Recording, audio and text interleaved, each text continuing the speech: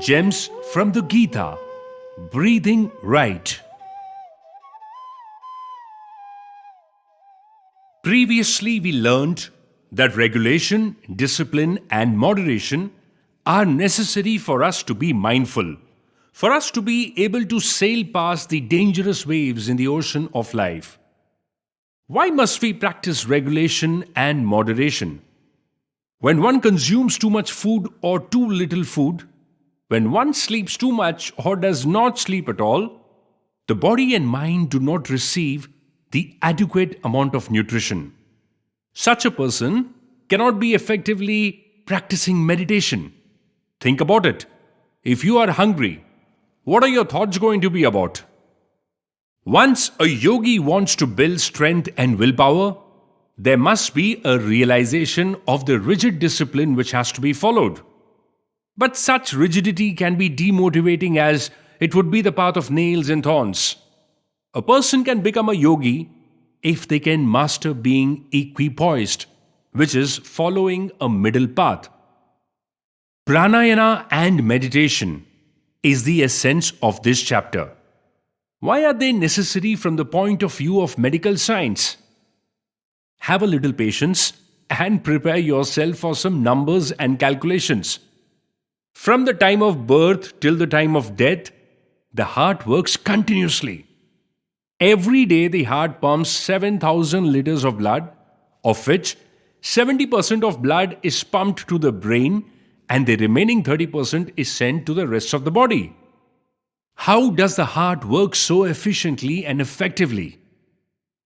Heart works effectively because it follows a certain discipline.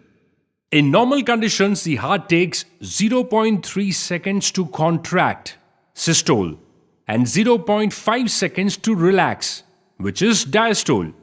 So 0.3 plus 0.5 equals to 0.8 seconds, which is required by the heart to complete one beat or one cardiac cycle.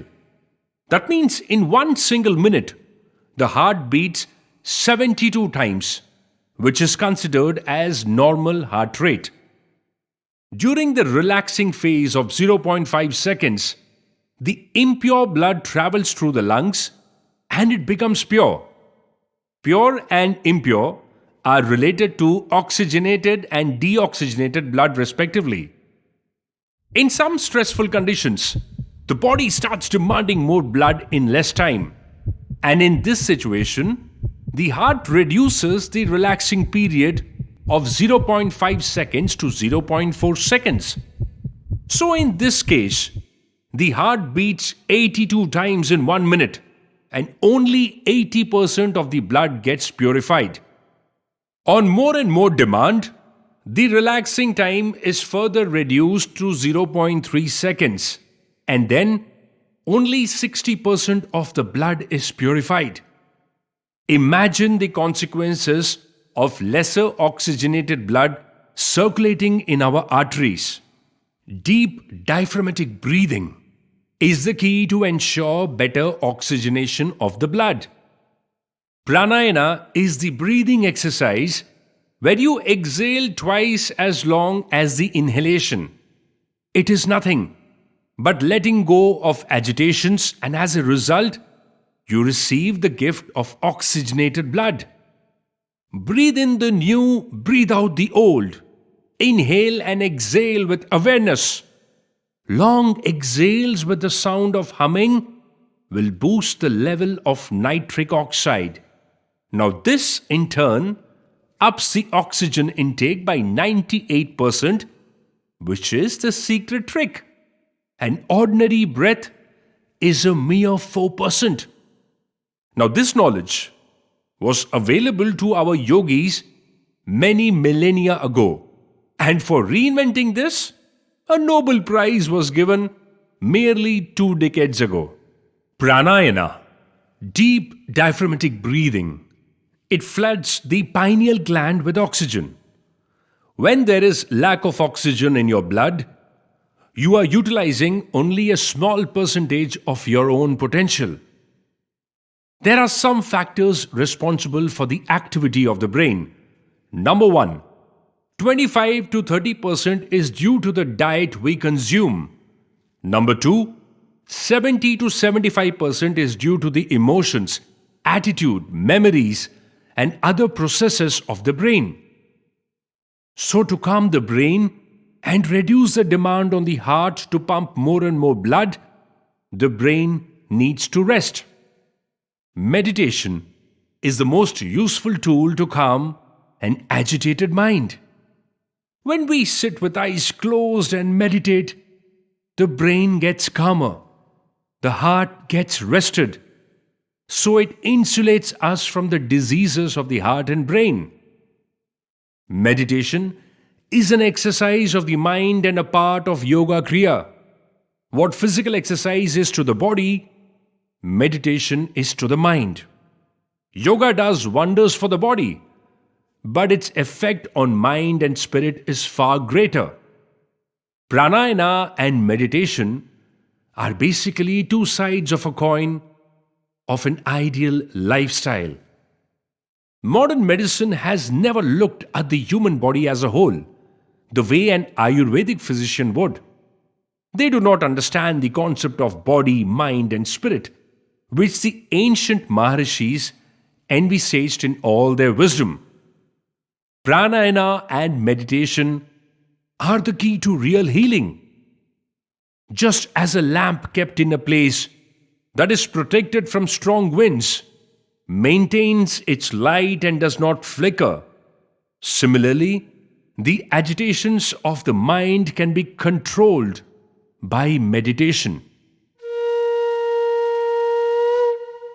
In verse 33 of chapter 6, Arjuna questions Krishna how it is possible to control the mind which is so turbulent, obstinate, strong, and confusing. Arjuna also questions what happens to a person who has faith but is unable to practice self-control at all times.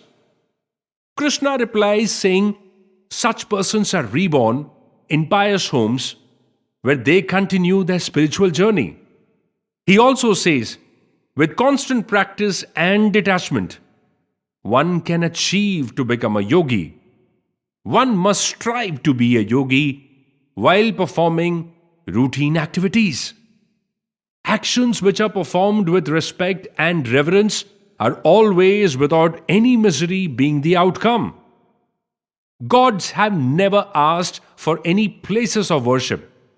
These places of worship are built by man for their own need. Similarly, we act and go about our life as we feel a need to be engaged in something useful.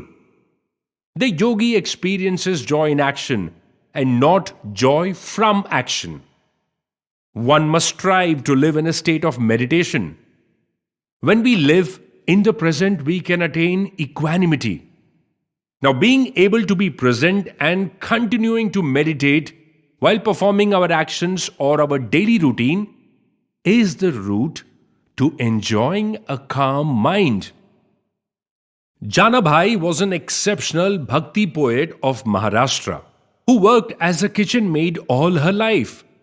Instead of assigning a radical meaning to life, she lived by the principle that everything was divine. Once a few devotees like Janadev, Nivritinath, Sopan, Muktabhai, Ramananda Swami and Kabir Das, they came to Namadev's house where Jabhai worked. At that time, Namadev was away and Jabhai was deeply engrossed in an argument with the neighboring lady over cow dung cakes. Kabir Das questioned Janabhai, "How can you claim these cow dung cakes to be your own?" Janabhai said, "You are truthful people. You should give a proper judgment. When I was preparing the cow dung cakes, I chanted the name of Panduranga. So you can hear his name from my cow dung cakes." Whether you believe it or not, the cow dung cakes were chanting the name of Panduranga very melodiously. Now the other devotees were taken back at her display of devotion. This, my friends, is an example of meditation at work. You may wonder, what the different mantras chanted during meditations mean. They are nothing but affirmations a person gives oneself and to others involved or influenced by their practice. Mantras also create a certain pattern of vibration in the body when uttered in the right way. This further leads to a rhythm with synchronous breathing. Mantras are just the aid to breathing right, but in most cases, chanting the mantra takes the spotlight and the breathing is forgotten. Mantras were originally written in Sanskrit, but many did not understand Sanskrit as a language. It required the rise of Bhakti movement in India, which saw praise to God sung in vernacular languages as a celebration of God.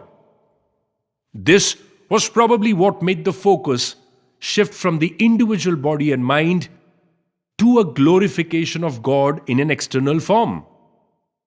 Whether we chant mantras or sing praises to God, we must remember to focus on two things which are far more important: being mindful and breathing right, the path of Dhyana Yoga.